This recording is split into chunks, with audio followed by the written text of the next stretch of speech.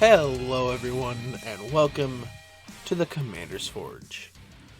My name is Andy Bentley, and the Commander's Forge is an area for me to talk about magic and Commander in ways that I enjoy it. Now, if you wish to support the podcast so that I can grow it past what it is currently, you can go to patreon.com/commandersforge. Now, jumping into our episode this week, I had this interesting thought experiment pop into my head when I was at work this week.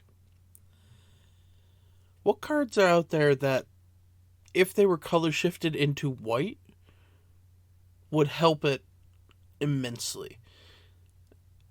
And yeah, there's a ton of ways I could have taken this, but I looked at cards that could be either just a 1-to-1 swap to white, or cards that would have to be tweaked a little bit to make them kind of fit with white. And that second option is kind of where this first one falls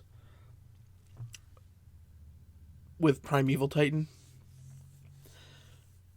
Yes, I understand Primeval Titan is banned in Commander, but imagine if it was white, and instead of getting 2 lands of any type, it just got 2 planes. Not basic planes, but just planes. I don't think that would be too good. I don't think that would have to be banned, and it would definitely jump white in a direction that I think we're trying to take it. But now into stuff that's more, if we just shifted it to white, would make sense. And the first one up is Eternal Witness. Now, Eternal Witness regrows something from the graveyard. And white also has that ability sometimes, although mostly theirs is creature-based. But I kind of can see that as a white card.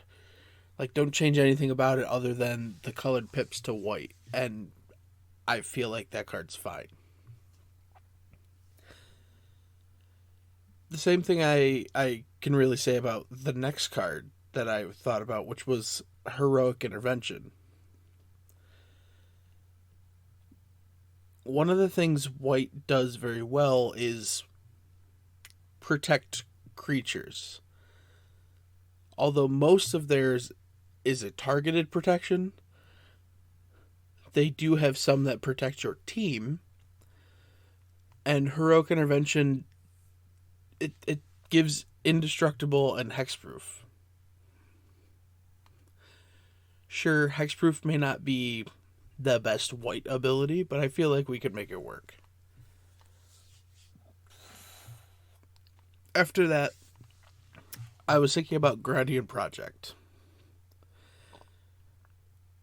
I understand that card draw has shifted from blue and black into green, but it's draw based on a creature entering the battlefield. White has stuff like Mentor of the Meek that does kind of the same thing, but you have to pay for it. This would just be, again, just a 1-to-1 swap. So it'd be a 4-mana white enchantment that said when a creature entered the battlefield, you may draw a card. The next 3 might be a little more controversial. The first one I have is Rhystic Study. And I understand why people wouldn't agree with this.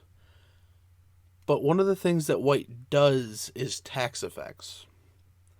Rhystic Study is a tax effect. to that note, so is the next one I'm going to bring up, which is Mystic Remora. I absolutely do see how these could be white. And the third of this group that I'm not going to spend a ton of time on is Hull Breacher, because Hull Breacher, we all know it. Moving on. Next are two cards that kind of sparked this thought process to begin with. Because why does blue draw cards for your creatures doing combat damage? So, Biden of Thassa and Reconnaissance Mission, I mean, the Biden, you might have to take the second ability away where it, like, forces your opponent's creatures to attack, but still, I feel like that ability should be in White's playground, not Blue's. And then shifting back to effects that are white. Propaganda. Propaganda is Ghostly Prison. Ghostly Prison is white. Just make another white version of Propaganda. There we go. Right, and then I have 4 more that are a bit more of a stretch. The first one being Reanimate. Because white does have some reanimation, but nothing quite as powerful as Reanimate. So I could see Reanimate being color shifted to a white version. It might have a restriction placed on it where, like, it can't be above a 3-drop or a 4-drop. But that's fine. My next one is Revel in Riches. Smothering Tithe is a thing, so we know white can make treasure tokens. The whole when a creature dies part might have to be shifted from when an opponent's creature dies to whenever one of your creatures die. But again, I'm not entirely sure. And then my last 2 are Vampiric Tutor and Imperial Seal. 1 mana tutor effects are already in white. And I see no reason that we couldn't give them a couple more.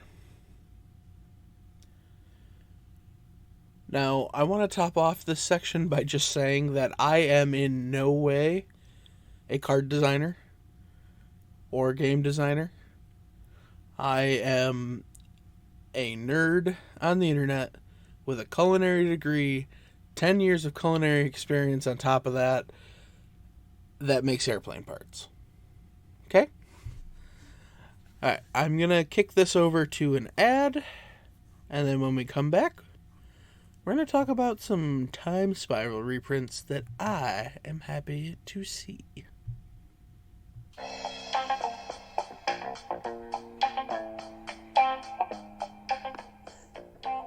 Hi, if you haven't heard about Anchor, let me tell you some of the reasons why I started using it. For one, it's free.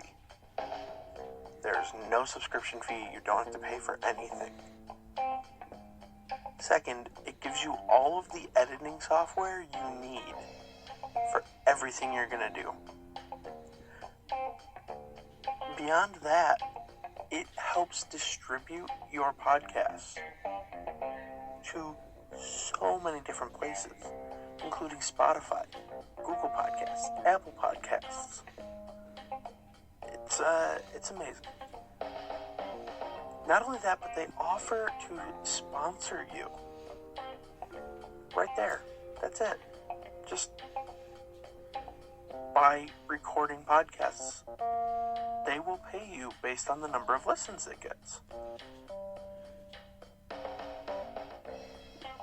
It brings everything you need into one place. And if you want to try it out, you can download their app, or you can go to anchor.fm to get started. Now back to the episode. Alright, and welcome back. Now, to start off with this section about Time Spiral Remastered, the first thing I want to look at are the new time-shifted cards in the old border with, well, newer cards. There's a lot that I really like about that. I've enjoyed the older border for a long time. And the first one that caught my eye was the Grey Merchant of Asphodel. Good old Gary himself. And that black frame is just so nice. And another black card that I was excited to see was Yawgmoth, Thran Physician. I missed out on him when he came out with Modern Horizons. So I'm hoping to pick up a copy now, even if it's the Modern Horizons one, because who knows, the price might drop with this reprint. But we move on to Kiki Jiki, the Mirror Breaker, because the old Kiki Jiki art on an old border card looks right. It just looks right. And that's the same thing with Path to Exile. That iconic Path to Exile art of it fits so well.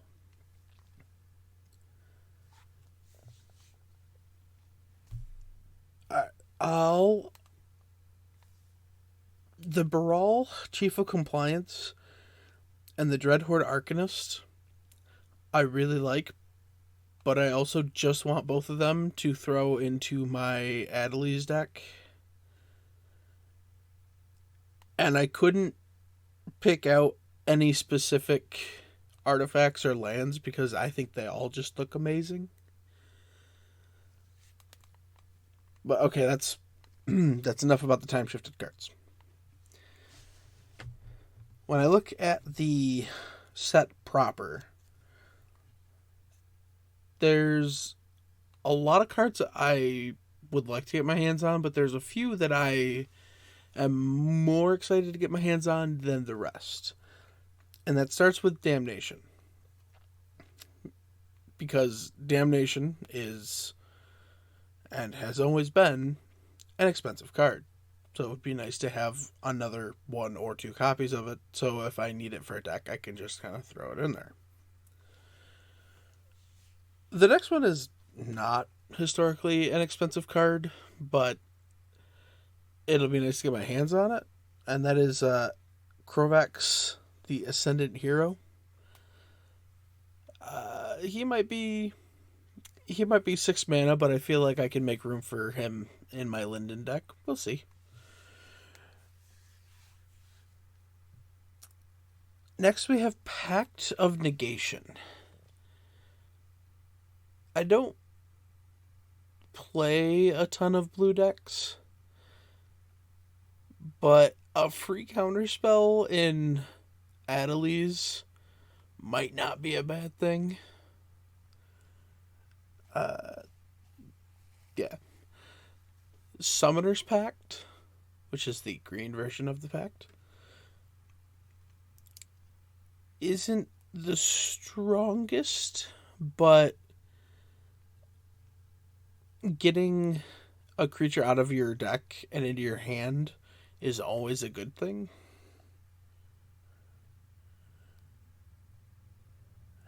Next up we have Sarah's Avenger. For much the same reason as Krovax, it's a cheap flying creature that would fit nicely into Linden, even if you can't cast it in the first 3 turns, that's fine. And the last card I really want to talk about here is Sudden Spoiling. Sudden Spoiling is a card that just kind of ruins people's days. And, yeah, that's basically it. I've got, I don't know, a whole lot of nothing at the moment. So, that said, I am trying to grow the support for the podcast. So once again, you can support the podcast by going to patreon.com/commandersforge. If you're watching this on YouTube, do all the normal stuff. If you enjoyed it, consider subscribing, hit the like button, hit the bell for notifications, and I will see you next time. That brings us to the end of the podcast. I would like to thank Nate and Erica Jacobs for designing my logo, and Cody Mulpey and Ian Foss for allowing me to use a sample of music from their band, The Crypt. The podcast can be found on YouTube by searching Commander's Forge. The podcast is Commander's Forge, that is CMDR_Forge, on Twitter. I can be found on Twitter at BentzMr, that is BENTZMR. Thank you for listening. I'll see you next time, and until then, here's to fun games and sick plays.